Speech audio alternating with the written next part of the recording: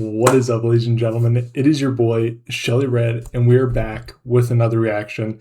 Today, we're checking out some Cage versus Eminem, some more artist beef. So I'm not going to waste any more time. Let's hop right into this video. All right, ladies and gentlemen, welcome over to the video. I'm going to put in my earbuds, and we're going to rock this thing. So big shout out to Klotz. We were live streaming. It's been a couple weeks ago now at this point, and he mentioned that I should check out the Cage and Eminem beef. So I'm really curious. I don't know I don't have a lot of context for this, but I'm very excited to check this out. We've been reacting to some Cage recently, especially on live streams. So if you haven't checked out our live streams every Tuesday and Thursday at 6 p.m. EST, but regardless of that, I'm just so curious to see what we have here. So I'm not going to waste any more time. We're just going to jump right into this. Big shout out to Fat Cage. I'm going to go ahead and like this. Big shout out to Fat Cage. Thank you for doing this, putting this video together. This is the full beef breakdown, and this is, I guess, version 2. The original version had 9 minutes of less footage in it. So with that being said, let's lock in and check this out.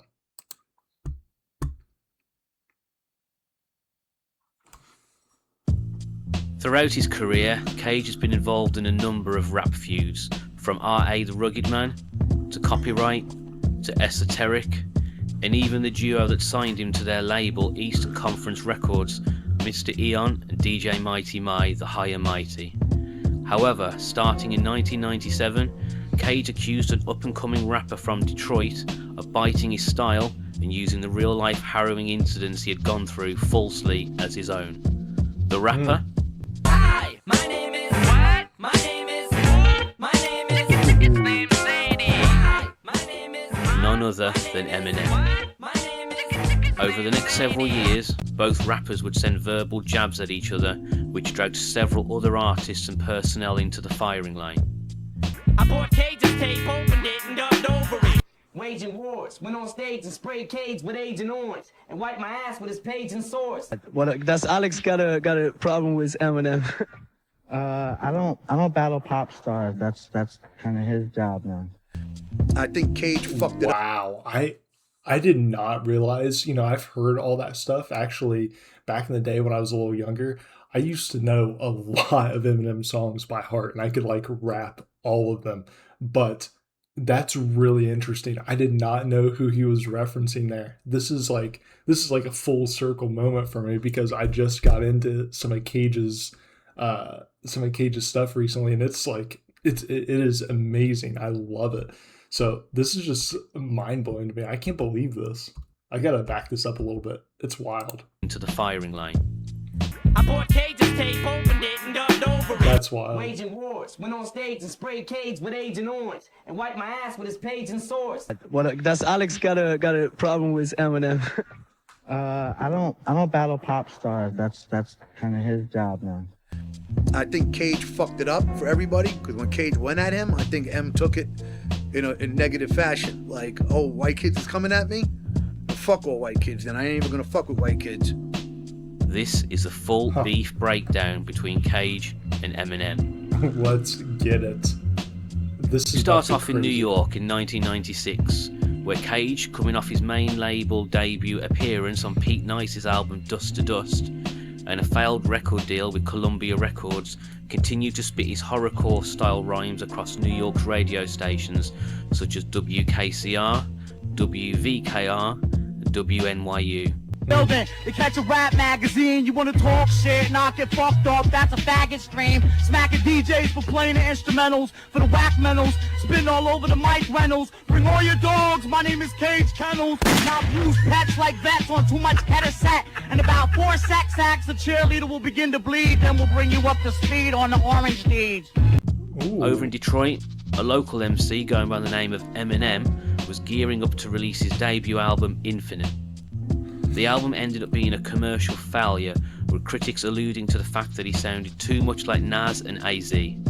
Okay, and I've mentioned this before, and I wonder if anyone has ever catched on to it, but Infinite is actually one of my more favorite albums from Eminem, which is like hearing that now is crazy. Like I stumbled upon it when I was like in middle school and I really liked it. Like I digged all the songs in there.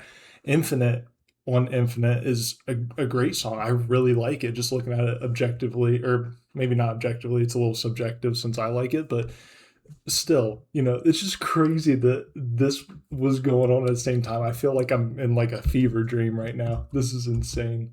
To release his debut album, Infinite. The album ended up being a commercial failure, with critics alluding to the fact that he sounded too much like Nas and AZ. I can definitely see that, though. Angered by the negative reactions to his rap style on Infinite, Eminem went back to the drawing board and set about creating a new persona which would become the basis of his rap career for the years to come. Word got back to Cage that an MC out of Detroit was biting his style and using lyrics previously used by Cage.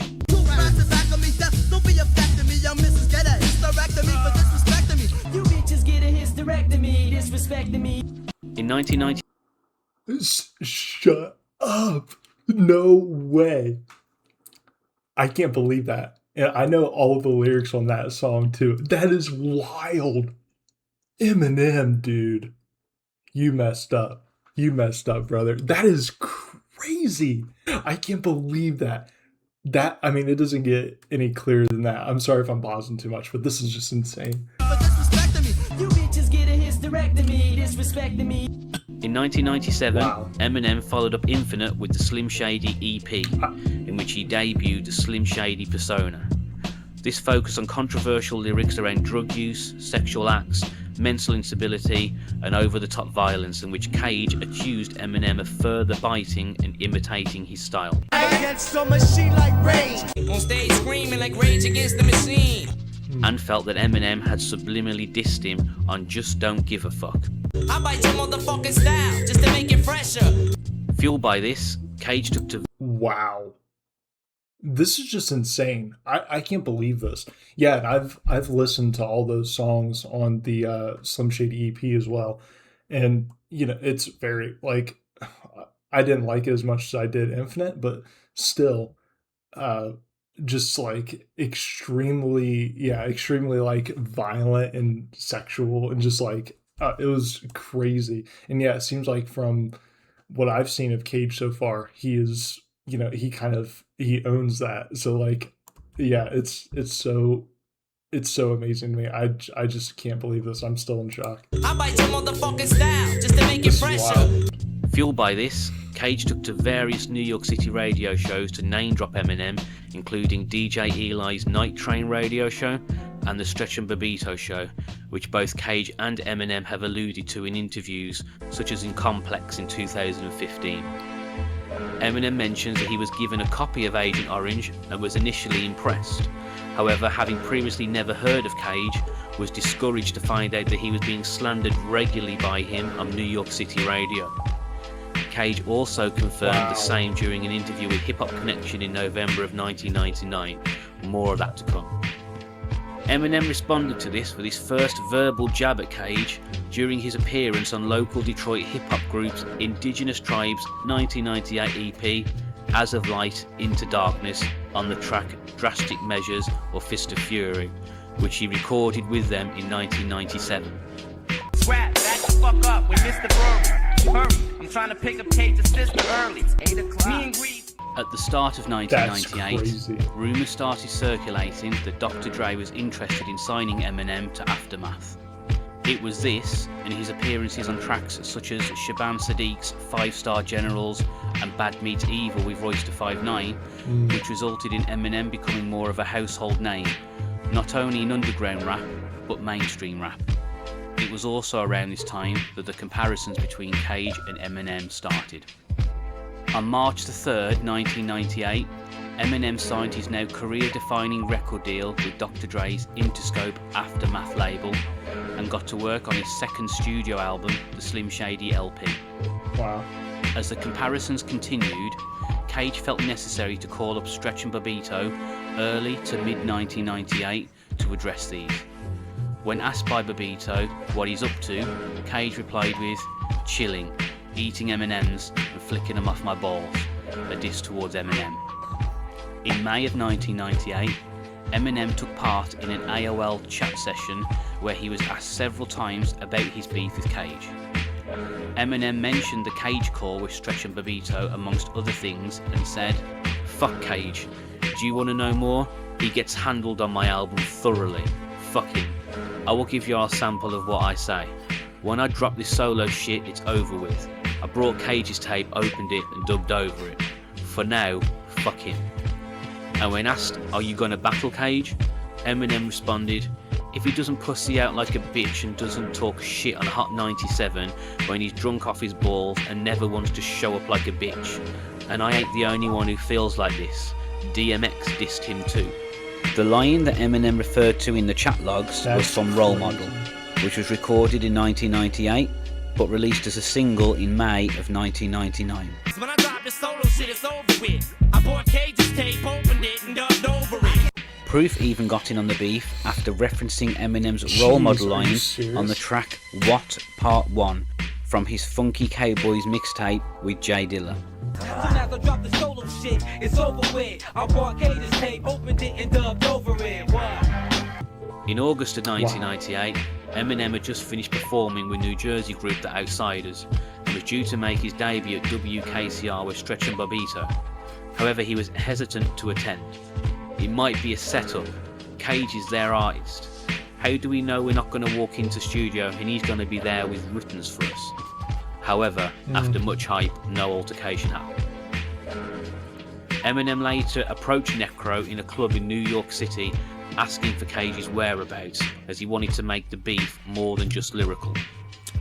My brother was like, "Yo, M wants some beats, go meet up with him."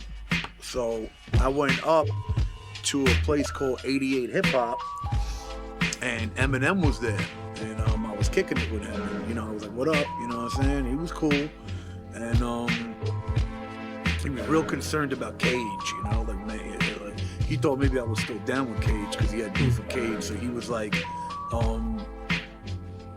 "You still fuck with Cage?" And I'm like, "Nah, I don't fuck with that dude. That dude corny."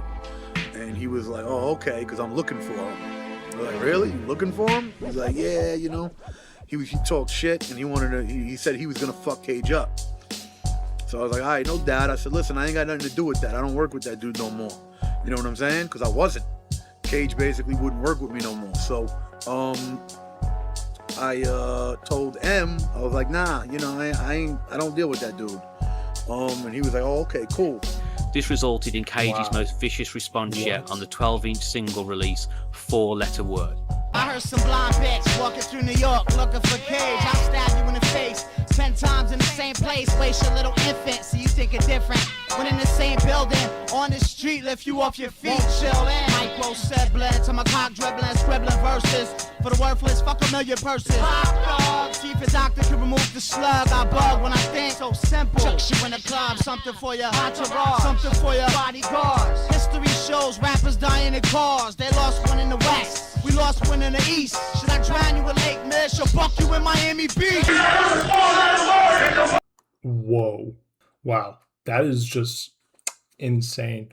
And so here's some of my impressions so far. I feel like, first off, Eminem has had so many beefs with so many rappers, and he honestly just seems kind of like a douche. I'm not gonna lie. Sorry, but not sorry to all the diehard Eminem fans out there. But he truly just seems kind of like a douche and a bully, and it seemed like he just takes what he wants and just kind of like bullies other, like, I wouldn't say smaller rappers, but rappers that are not as mainstream as I guess Eminem gets, into just, staying where they're at, basically. It just seems off to me. It seems off to me. But Cage clapping back like that was was amazing. Holy moly.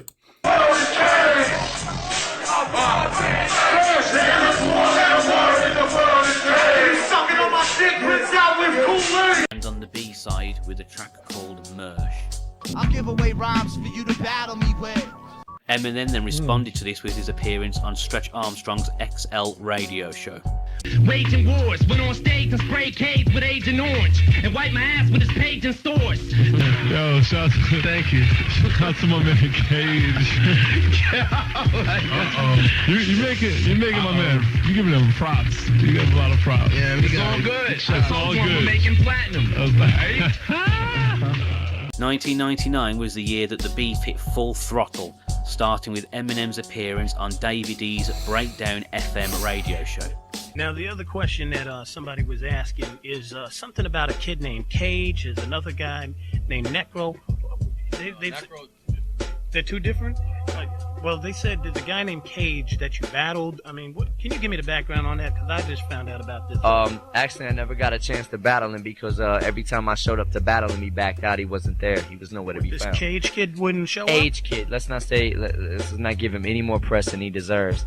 We'll say age or rage or stage or gauge, whatever. It doesn't matter. H. We'll say age. Now, who does HIV.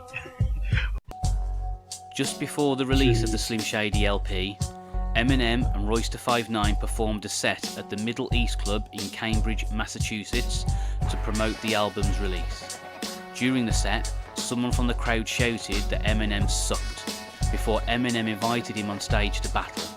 Someone jokingly said that the person who insulted Eminem was in fact Cage, prompting Eminem to respond with the following. That ain't Cage. That ain't Cage. Yo, hey, ain't that faggot Cage right there? Eminem shortly after released his third studio album, the Slim Shady LP. The album featured references to Cage, which due to Cage's underground status was the first time many became aware of the beef between the two artists. When I dropped the solo shit, it's over with. I bought Cage's tape, opened it, and dubbed over it. You want to get a hotel room with me? A hotel room? Yeah, you want me to lick your ass, Eminem? Yo, who is this, Cage? Hey.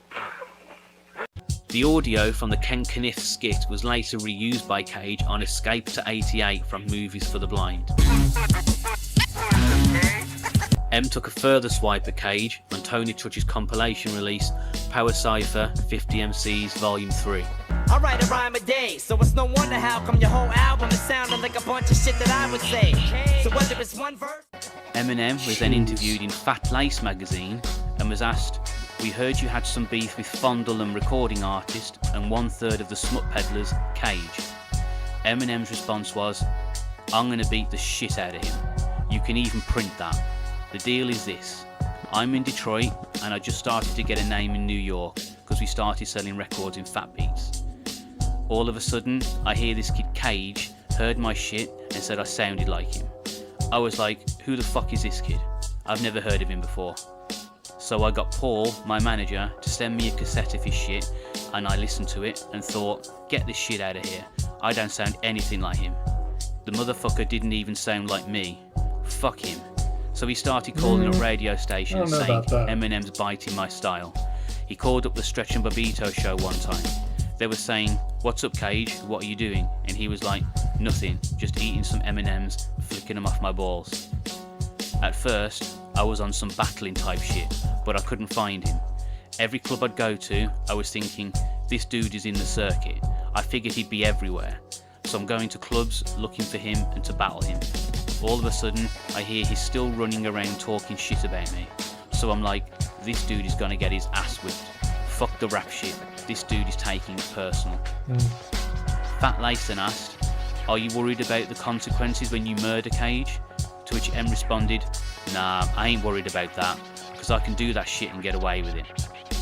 At this point, Cage was becoming increasingly frustrated with Eminem using the horrorcore style and his real life situations to further his career, and responded with his most infamous diss track, Bitch Lady, which appeared as a snippet on his For Your Box release in 1999, and during a phone call with California rapper Castro the Savage, in which Cage attempted to clear up how the beef started and how a battle was almost set up between the two until Eminem's agents wanted to turn it into an event. Bitch lady, nerve bitch like Jan Brady, but a cage baby, car rabies and went crazy, acting out the life of Cage childhood Steve. Wearing straight jackets in your videos and magazines. Let me take a poll, how many want it in the chest? Cause this is what if KRS pulled Shan from his flesh and threw his fucking boomers off the bridge with his page. So bring more firearms in the school of burning springs. Yo, what the fuck? Chill, Cage, yo.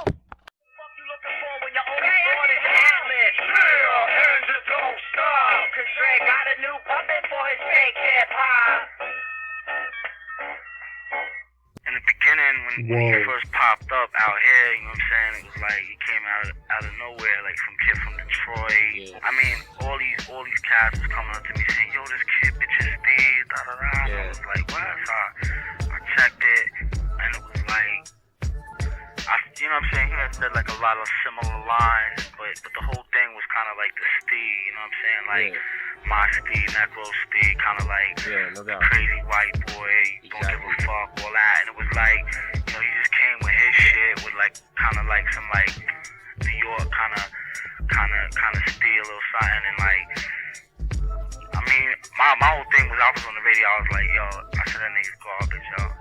That nigga's just a pop ass nigga, you know what I'm saying? So to me it was like, I don't think he sound like me, la la la, whatever. But you know, there's definitely some biting going on. So it was like, whatever. And that nigga wanted to battle me. I was like, well, for it, we was gonna battle.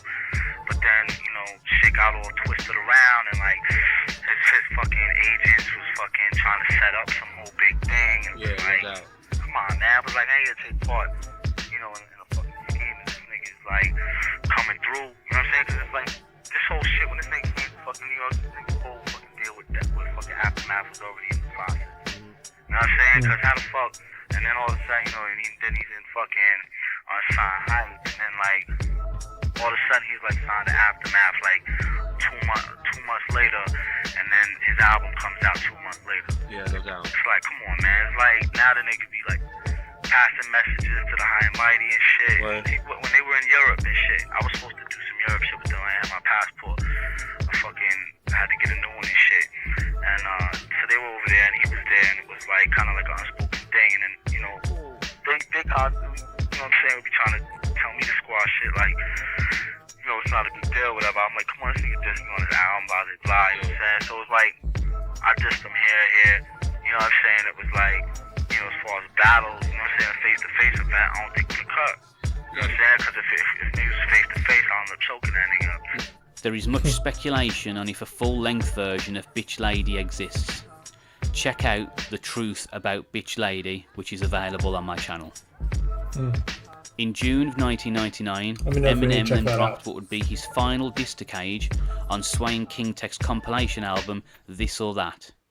Waging wars, went on stage and sprayed Cage with Agent Orange, and wiped my ass with his page and sword. Before addressing Cage on the revered Swedish radio show P3 Soul with Mats Nilskar. He's a little bitch. Fuck him. He needs to go back in the lab and make a fucking record that's worth me responding to, because that shit ain't even good enough to even say shit back to. But to be honest, it would be great to hear you on the same track. As Cage? For what? So he would get shit on and outshined? Throughout the entire track? It's not even worth it. I couldn't even stand in the studio with him 10 minutes without beating his ass, so. Are you gonna get back at him right now? For Tin Lady? Nah. I don't care about that shit. I'm not even thinking about him. Let him stay in his basement and keep making demos. Cage then later appeared on the same radio show and responded with the following. I got tired of people telling me that this kid sounds like you, or he not so much that he voices wise or even so much lyric wise, just, I mean, that shit is old. I did that shit in 92, I did that shit in 93, I did that shit in 94, all over the radio, albums worth of fucking material. It was never put on wax. It was just, I mean, if you listen to the Pete Nice album, the verse is like, I mean, it was like at that time, nobody else was doing that shit when I was doing it. And Gravediggers, I was dropping that shit before Gravediggers, and Gravediggers was like the first that they wanted to call horrorcore hip-hop, whatever the fuck. And Cage retade gallfeber på Eminem, hävdade att han var först med chock-rap-stilen. De galna våldsmetaforerna som Eminem gjorde till sina. That whole shock, you know, look at the crazy white boy theme. It was just so old and done, you know, especially in New York. So to come out, of course, a lot of people, supporters, said, you know, he's jocking that whole steez, that 93, 94 shit. And it was like, that shit is old, you know, it's cliches, gimmick, you know, gimmick written all over it, you know. And I was on the radio once, and I said I was tired of people saying that, and I said he doesn't sound like me. He's garbage because I don't like commercial hip-hop, so to me that's garbage. Exploit the art form, garbage. And from there, it turned into people saying that him biting, or it's so many, there's a million different stories. I heard, that I battled him in England. There's like so many stories going around. But if I'm getting under his skin, then that's fine with me, because he doesn't get under my skin. So if that bothers him, if he wants to say my name in videos, that's fine. He said he was gonna make me platinum, so I'm still actually waiting for that. Eminem then subliminally. So I do have to say, just based off of all these snippets and everything else, it really does seem like Eminem cares more about this than even Cage does. Although Cage has, I think rightly, has more to be upset about. Like he said, even in that little clip there, that he's been doing this since like 91, 92, somewhere thereabouts, and like that was before Eminem's time, from what I understand. So like I'd be really curious to hear some of that stuff that Cage had in like 91, 92, and just see what it sounds like, because when I've heard Cage before, I've been like, wow, that sounds very similar. And what I was thinking in the back of my mind was, that sounds like an old Eminem, basically. It's crazy, that this would even happen in the first place. But like I said earlier, I think just Eminem goes out, takes things, and then says, you want to go? You want to fight? that's literally that. It just gives it gives Detroit. it's some trash stuff right there. It's not cool. It's not cool. He said he was going to make me platinum, so I'm still actually waiting for that. Subliminally mentioned Cage for what seemed to be the final time during his interview with Launch Media.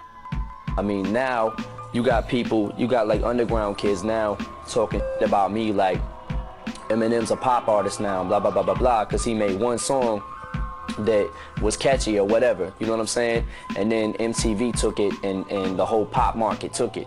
But if you listen to my album, I ain't changed, you know what I'm saying? My album is probably the rawest album this year.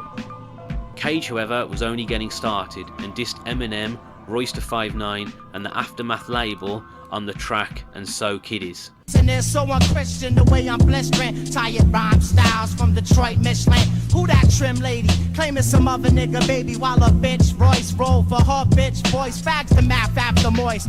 And again on fellow Weathermen member Yak Ball's That was Detox hard. track, in which a slightly altered version of the diss was reused on the Smut Peddlers 1x1 revamped in 2001. You know my name like the black flame, try and clone it. What a pony. I see kids I spit on last year still soaked. Open up. We rewind to 1998, and Cage had just met Philly group The High and Mighty and formed the group The Smut Peddlers. In August of 1999, The High and Mighty released their debut LP, Home Field Advantage, which was notable for featuring both Cage and Eminem, despite their continuing feud. The High and Mighty collaborated with Eminem on the track The Last Hit, and performed the track with Eminem on tour in Europe, in which Cage was also supposed to attend. However, due to passport issues, he was unable to fly out. In an interview with Hip Hop Site, Cage was asked if this created any difficulty, in which he replied, "It did for a minute, because it did seem fishy, but it was part of the order. When asked how the beef started, DJ Mighty Mo stated the beef was over and now in the past.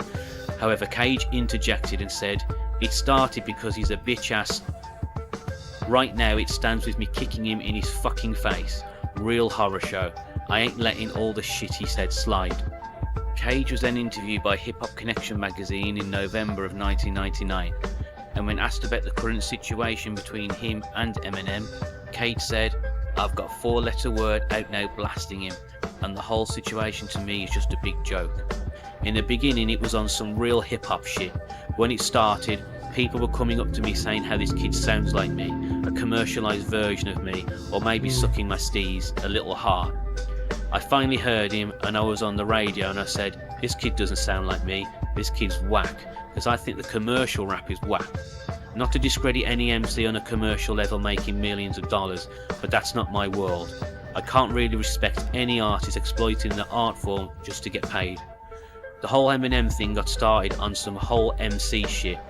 Fine, you want to battle? Let's battle. I also found it humorous that he went platinum.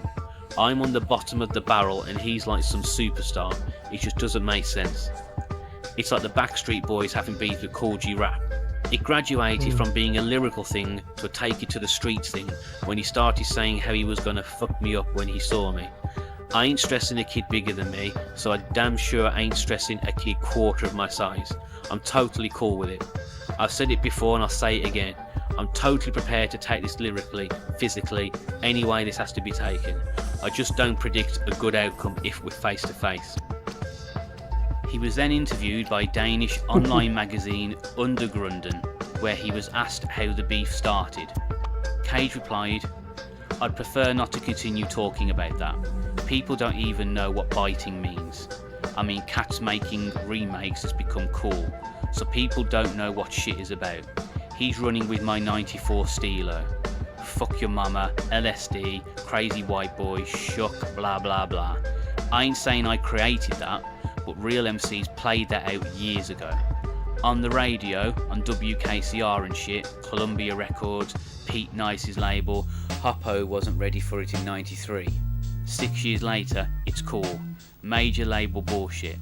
I heard he's still talking shit. I ain't say he sound like me. That pussy motherfucker sounds like my girl nagging and shit. Fuck you, it's coming." Then in December of 1999, Eminem was interviewed by Black and Gold magazine, where the host asked Eminem why he felt the need to respond to Cage. M said, "I didn't know any of this shit was going to happen between Cage and me. I dissed Cage because he said I took his style. I don't even know the motherfucker. I've never heard of it, and I've never heard of him.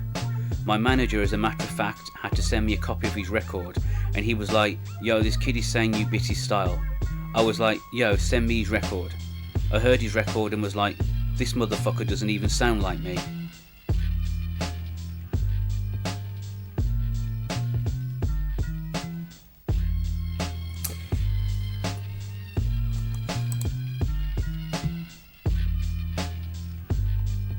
Now in the year 2000...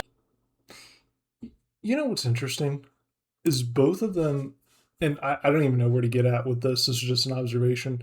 Both of them have said that they don't sound like each other, which is interesting to me.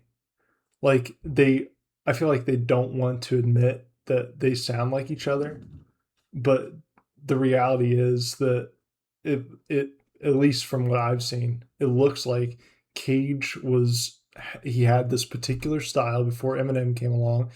Eminem heard it, or whatever the case may have been, and took it. Like, I don't think there's any doubt about that, especially considering how long Cage has been doing it and when Eminem started doing it, especially on like published tracks.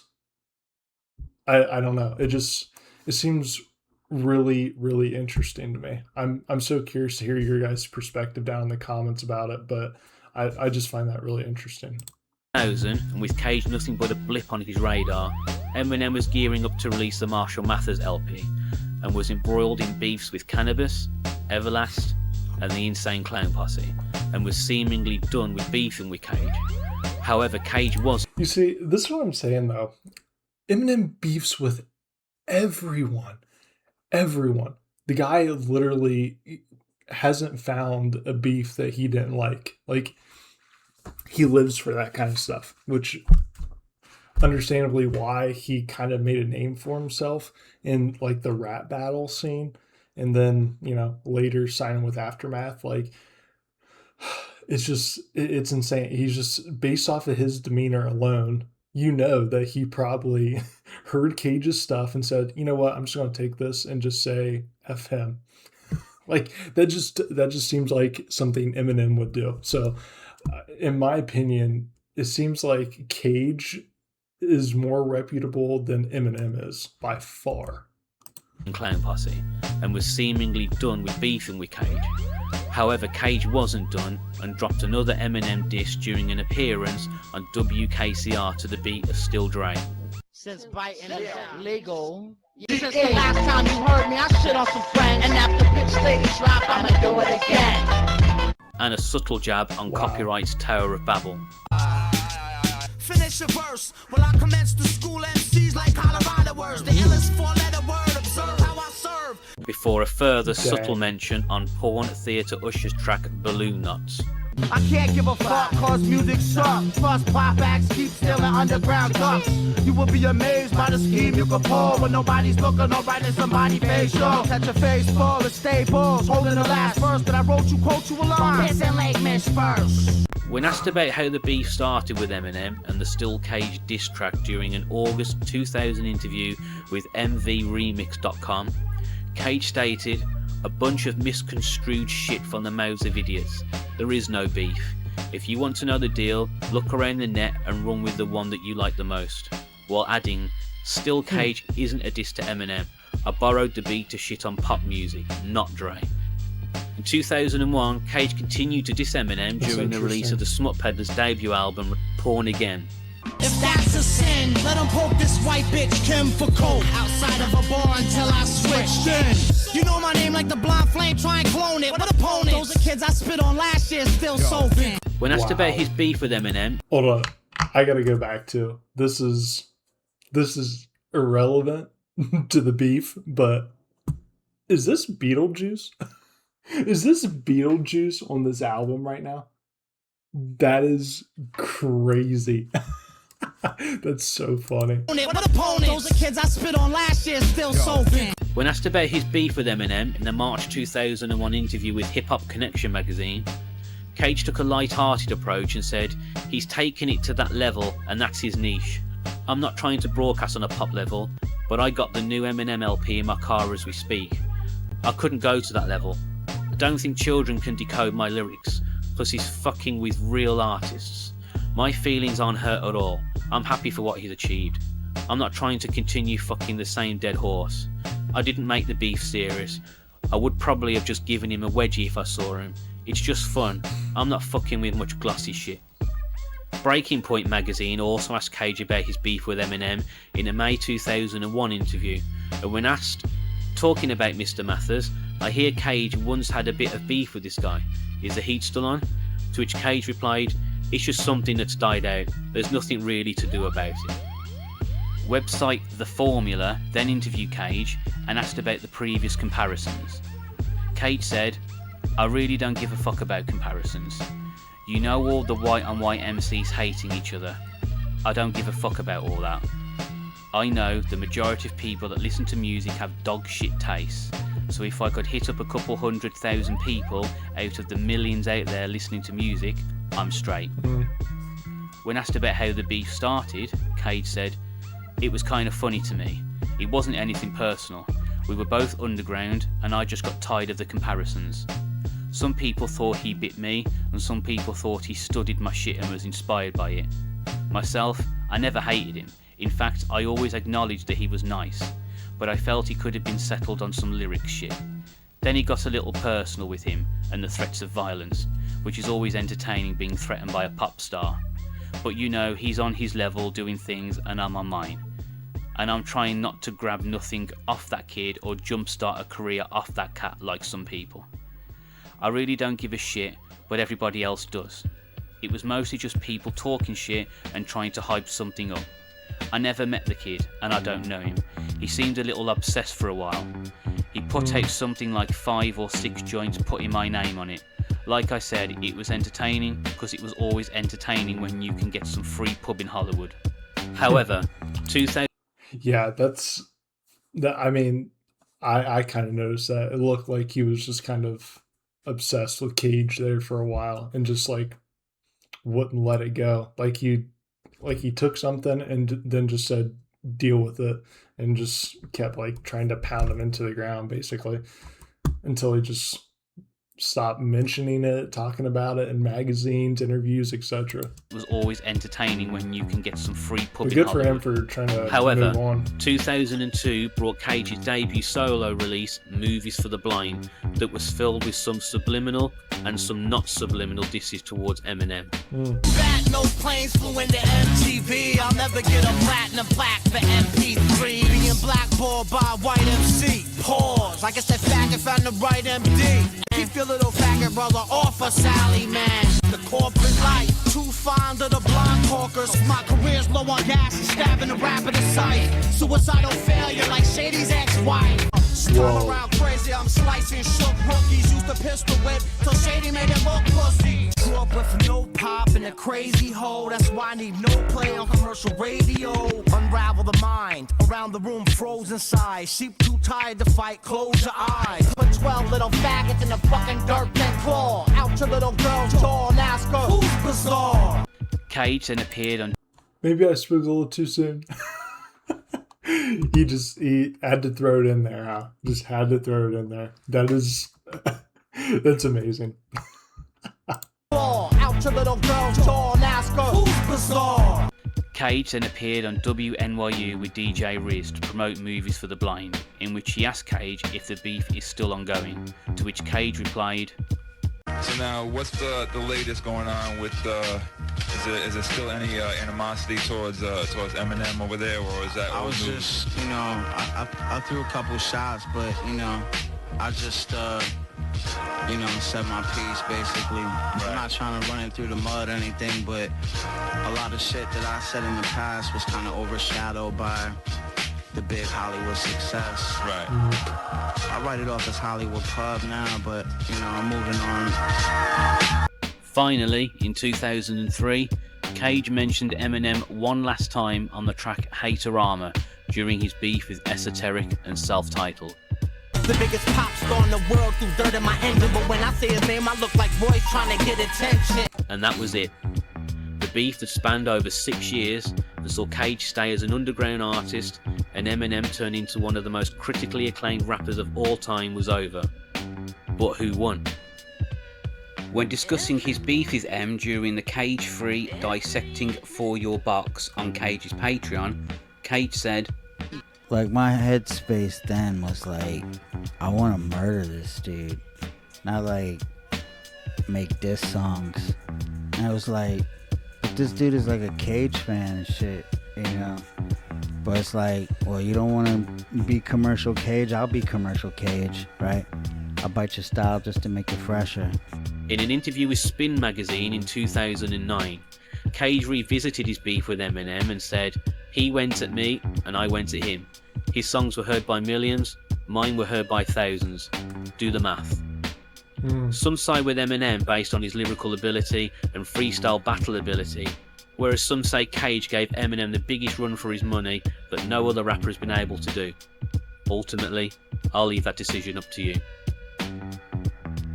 One last interesting note, during the interview with Spin magazine, it was revealed that Cage and DJ Mighty Mai met with Interscope Records chairman Jimmy Iovine and revealed that they were interested in signing Cage to Interscope, the same label that Eminem was on at the time during the height of their beef. Wow. Mighty Mai asked, what about the whole Eminem thing?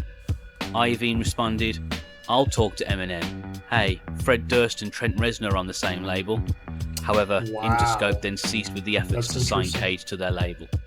I was definitely interested in Cage, said A&R Jeff Fenster. He was clearly going to be a meaningful artist, but I was never 100% convinced he'd gain a mainstream audience. He talked about mental institutions and drug use in his music. You didn't have to go below the surface to find out that was an issue. I'm sure that was a caution for me. Rick Rubin then flew an associate to watch Cage perform, however left after 30 minutes and provided feedback to Rick that Cage was just another wigger from Long Island. Whoa. Cage and Eminem on the same label. Maybe a long requested collaboration could happen. This gives me an idea. To find out what that could have sounded like, check out the video Ghost Stories Remix, which is available on my channel. Thanks for watching. I stay up in boxes like New York's homeless. I run trains with split personalities, with connected at the knees, Siamese analogy. I'm possessed by evil demons that torture me while I'm sleeping. I keep dreaming to death and I'm hearing people screaming. Devil spirits trapped inside me and I want it out. I'm on a couch bleeding to death and I want it out. Wow. Let me know if you guys want to check that out. But final thoughts on it. I mean, to me, like I've already iterated, I think that just Eminem goes after everyone and just kind of says, deal with it. And I think in a way, Eminem did, at the very least, this is putting it nicely, took inspiration from Cage and used some of his style. As far as how Cage handled it, I think that's probably the best way you could have handled it. I mean, I think he stuck with his audience. He knew his audience, and that was it. I mean, he threw jabs at Eminem, but at the end of the day, you know, you're making music. If your music is what your audience wants to listen to, they will listen to you. They will stick by you. And, you know, Eminem just got a crazy break into the mainstream.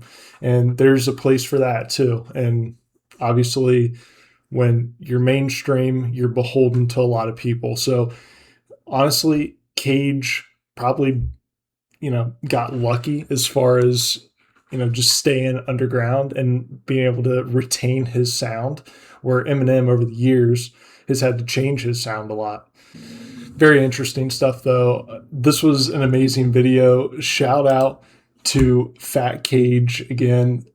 Amazing. I'll have the link down in the description if you want to check out the video in its entirety, and also check out Fat Cage's channel. Go like, subscribe, do all that good stuff.